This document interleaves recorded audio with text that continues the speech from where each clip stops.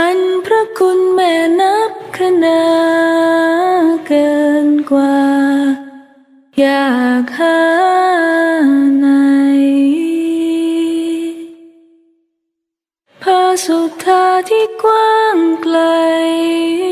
ยังไม่เท่าแม่นี้รวมแผ่นฟ้ามหานาทีพระคุณแม่นี้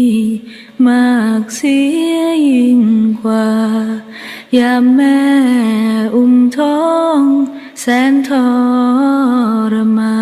นเมื่อลูกเกิดมาแม่นั้นยินดียามหนาวลูกนอนแม่ซ่อนอกไว้ยามร้อนผิวกายแม่ใช้พัดวียามหิวกระไดแม่ให้ห่วงหาป้อนน้ำข้าวปลาลูกแสนเปรมปรีพระคุณแม่นั้นอันนั้นเหลือที่ผู้ใดจะมีเสมอเหมือนได้แม่ทนอ่อนล้าเลี้ยงมาจนใหญ่แม่ยอมเหนื่อยกายหาเงินส่งเสียให้เรียน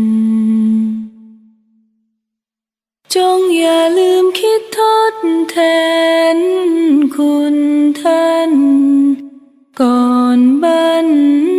ปลายแม่เปรียบดังเหมือนร่มใสใบแก่แผ่เนื้อเสียนไว้ผ่านพ้นสักวันคงเปลี่ยนคอยมันเพียรเยี่ยมเยียนเมื่อท่านชราแม่คงชะแงอยากแลเห็นหน้าแม่ลูกไม่มาแม่คงเจ็บช้ำหรือดีอย่าทิ้งให้แม่ได้แต่ง้อยเหงามองหาลูกเต่าสักคนไม่มีอย่าคิดลืมแม่เมื่อแก่ชราท่านเลี้ยงเรามาช่วยชุบชีวีเลือดในอกนั้นกลั่นจนล้นปรีน้ำนมแม่นี้มีค่านับอนันต์ผู้คนหมื่นแสนทั่วแดนนับล้านแต่ว่าแม่นั้นเห็นมีอยู่แค่คนเดียวผู้คนหมื่นแสนทั่วแดนนับล้านแต่ว่าแม่นั้นเห็นมีอยู่แค่